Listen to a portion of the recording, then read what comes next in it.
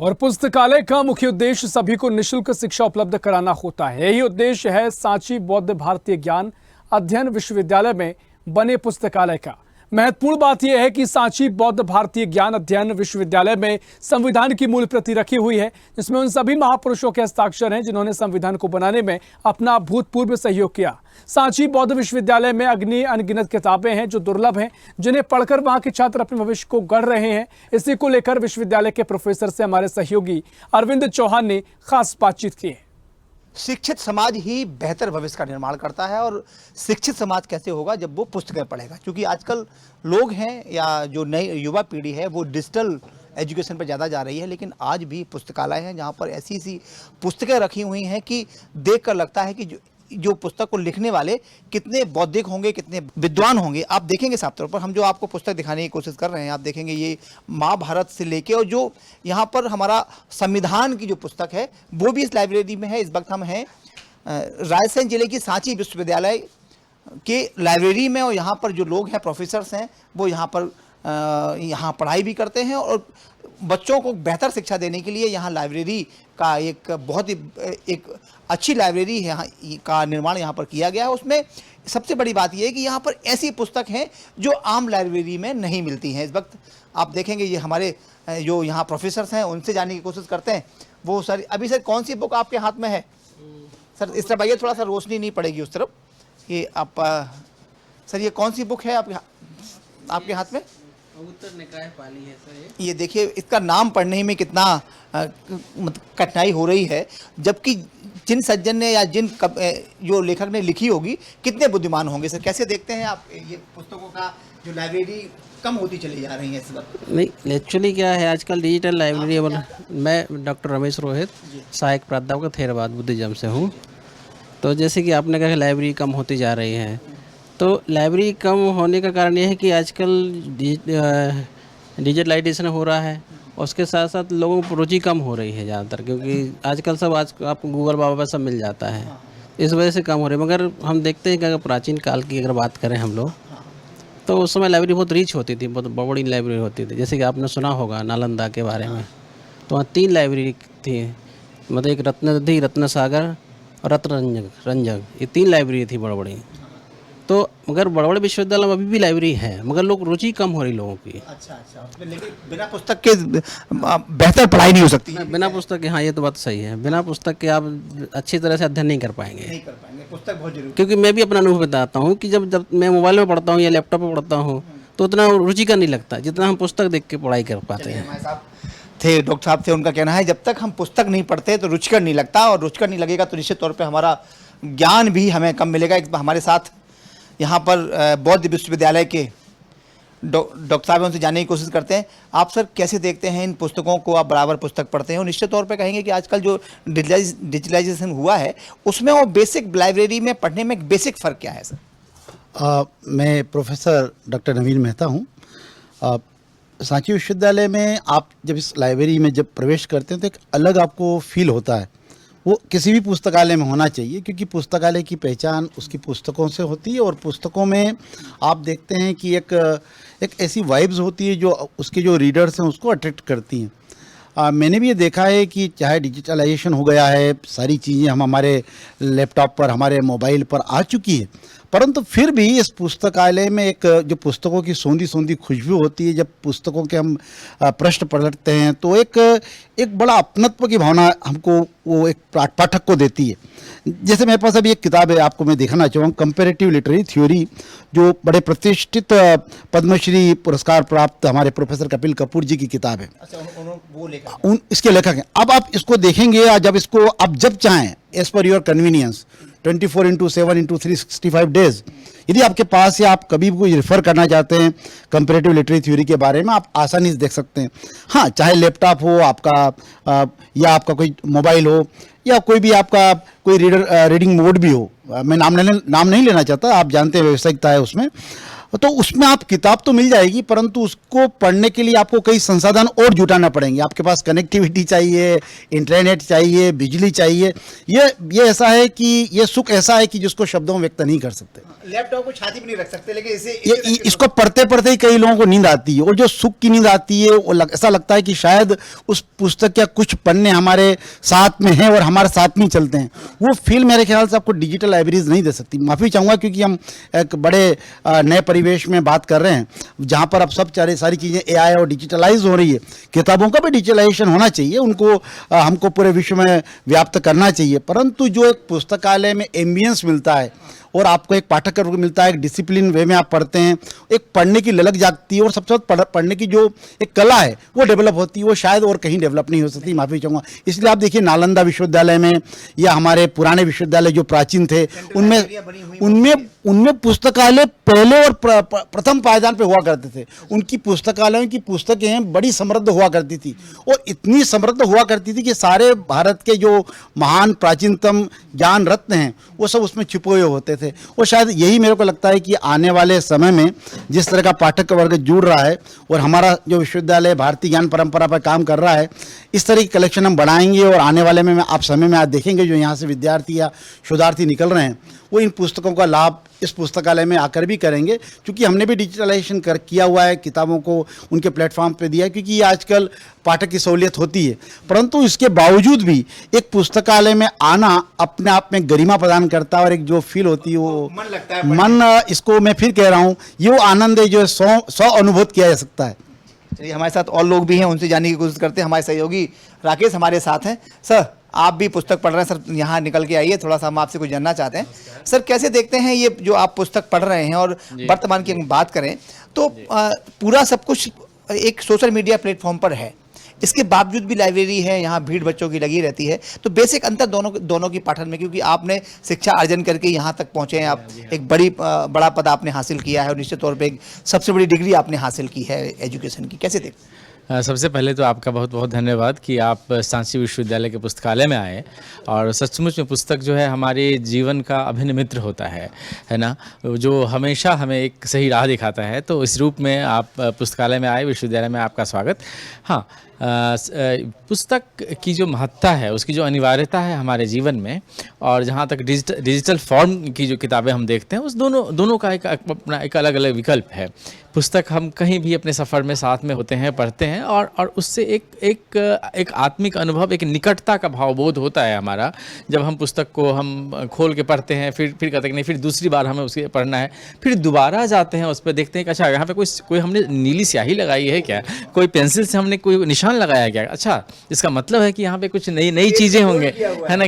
तो एक जो हमारा जो शिक्षा का जो एक जो परंपरा रही है, जो हमने पुस्तकों से ग्रहण किया है, वो कहीं ना कहीं हमारे कॉन्शस और सबकॉन्शस माइंड में विद्यमान होता है।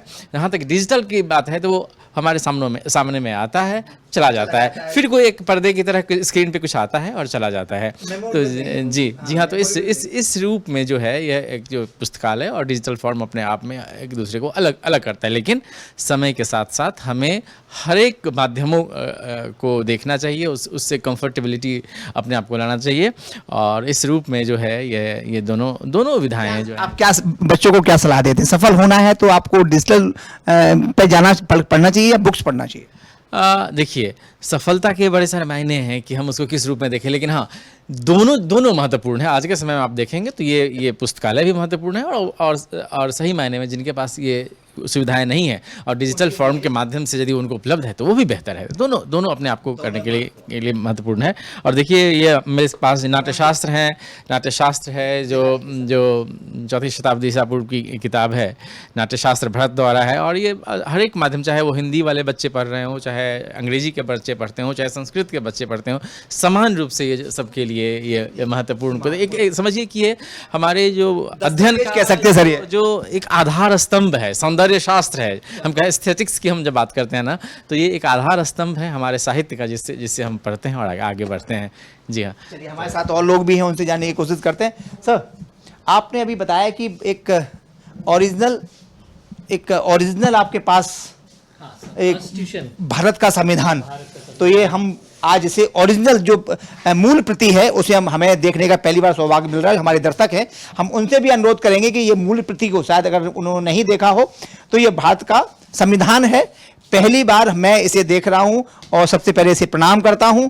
भारत का संविधान है, यही संविधान की ताकत है कि हम आज इतना बड़ा देश है जो, अब देखिए ये सत्यमेव जयते है संविधान। एक मैं आपसे पूछ लेता हूं, एक मिनट में आ रहा हूं, तो आप बताते जाइए, हमारे दर्शक इसे देखते जाएंगे। सर हाँ, आप इसे थोड़ा ऐसा कर लीजिए जिससे कि इस तरफ आ जाइए, जो इसकी जो ये सर ऐसे। हाँ, अब सर मैं आपसे जानना चाहता हूँ आपसे कैसे क्या है सर? ये इसकी ओरिजिनल जो अपना कॉन्स्टिट्यूशन है, भारत का संविधान है, उसकी रेप्लिका है।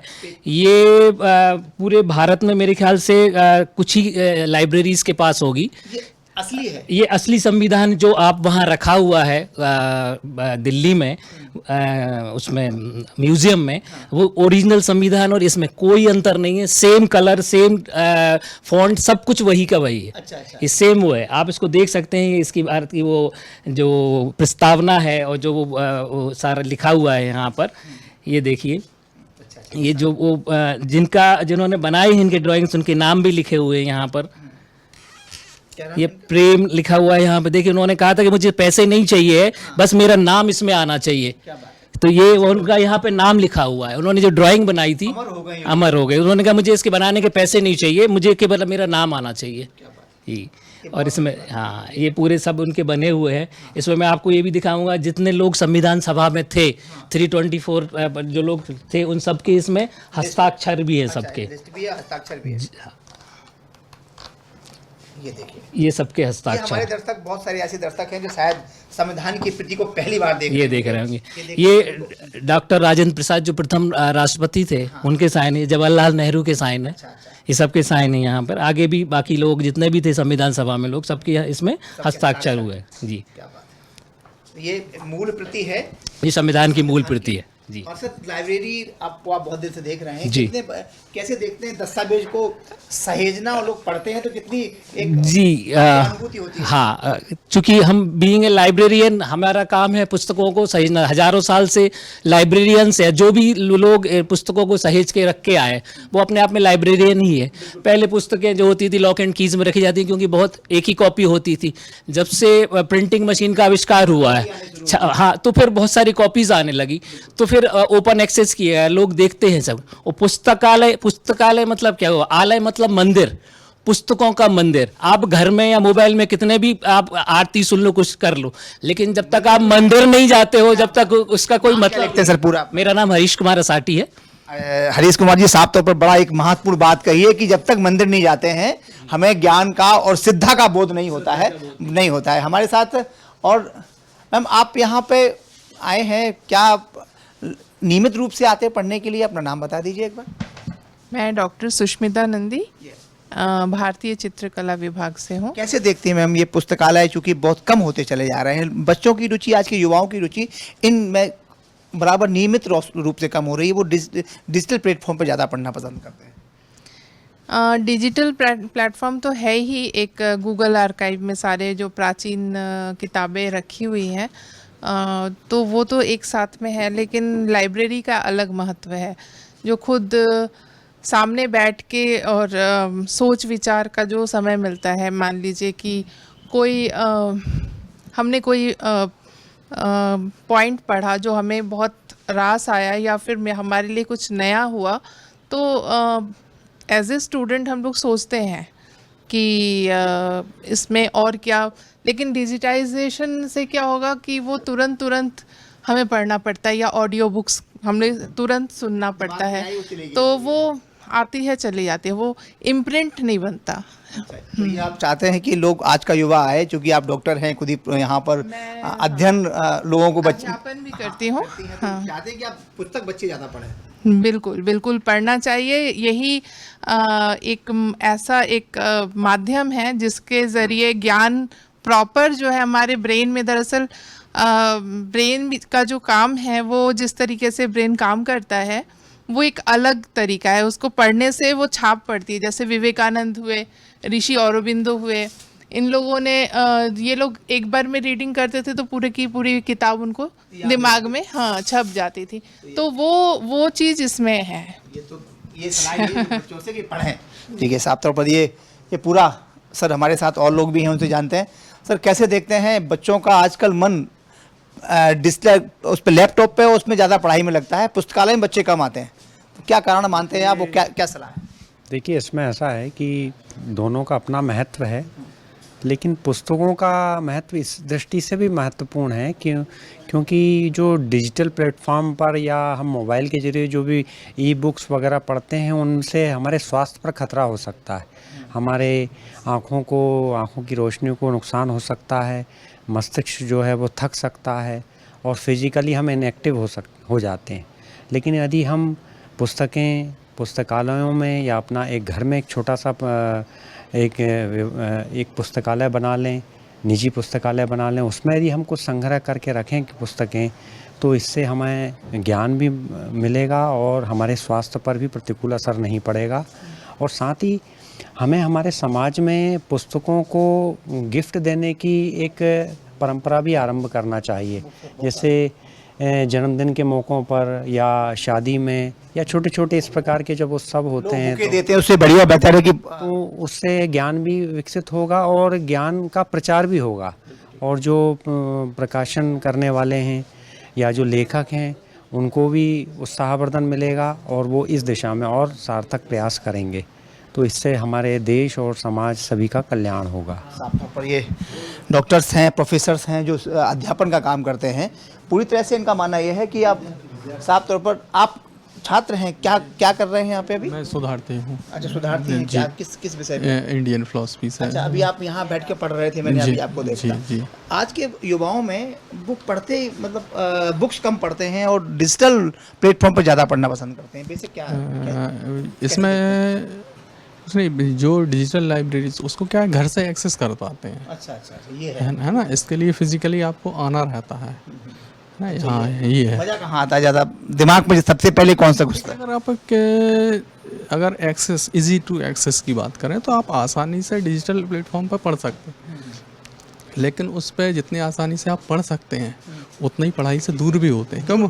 मोबाइल पे आप पढ़ रहे हैं, तभी एक व्हाट्सअप का नोटिफिकेशन आता है, आप व्हाट्सअप में स्क्रॉल करने लग जाते हैं, फिर आप पढ़ाई पता नहीं कि आप पढ़ क्या रहे थे, आप पढ़ कुछ और रहे हैं उस समय पे। ये हो जाता है हाँ, कि अगर आप यहाँ पे पढ़ रहे हैं तो आप इन सब चीज़ों से दूर हो जाते हैं। जैसे आपका मोबाइल साइलेंट रहेगा और आप मोबाइल बार बार नहीं देखते, तो आप सीधे जो है किताब पे ही ज़्यादा ध्यान रखें। जी, साफ तौर पर हमारे साथ थे शोधार्थी और सभी जितने भी यहाँ पर आपने देखा डॉक्टर्स, प्रोफेसर्स, उनका मानना यही है कि दिनों दिन जो प्रवृत्ति छात्रों की कम होती चली जा रही है पुस्तकों के प्रति, जबकि ऐसे ऐसे लेखक हैं जिनके नाम अगर उनका ले लिया जाए तो पूरा एक किताब जो वो लिखते हैं, किताब का नाम ही ऐसा होता है कि ज्ञान का भंडार उसमें होता है। ऐसे बौद्धिक लोग और मर्मज्ञ लोग हैं जिन्होंने बुक्स लिखी हैं, तो हम भी सभी से आग्रह करते हैं कि वो ये सोशल मीडिया पर पढ़ें तो जरूर, लेकिन जब भी मौका लगता है तो पुस्तकालय आएँ और पुस्तकालय में आकर वो अध्ययन करें, किताबों को समझें कि किताबों से एक अपनी खुशबू आती है। और निश्चित तौर पे जो सांची विश्वविद्यालय है, बौद्ध विश्वविद्यालय है सांची का, यहाँ पर एक बहुत बड़ी लाइब्रेरी है और यहाँ के जो शिक्षक हैं वो नियमित बैठ के यहाँ पर पढ़ते हैं और यहाँ कई ऐसे शोधार्थी हैं जिन्होंने अपना नाम रोशन किया है। कैमरा पर्सन राकेश के साथ अरविंद चौहान, सांची विश्वविद्यालय।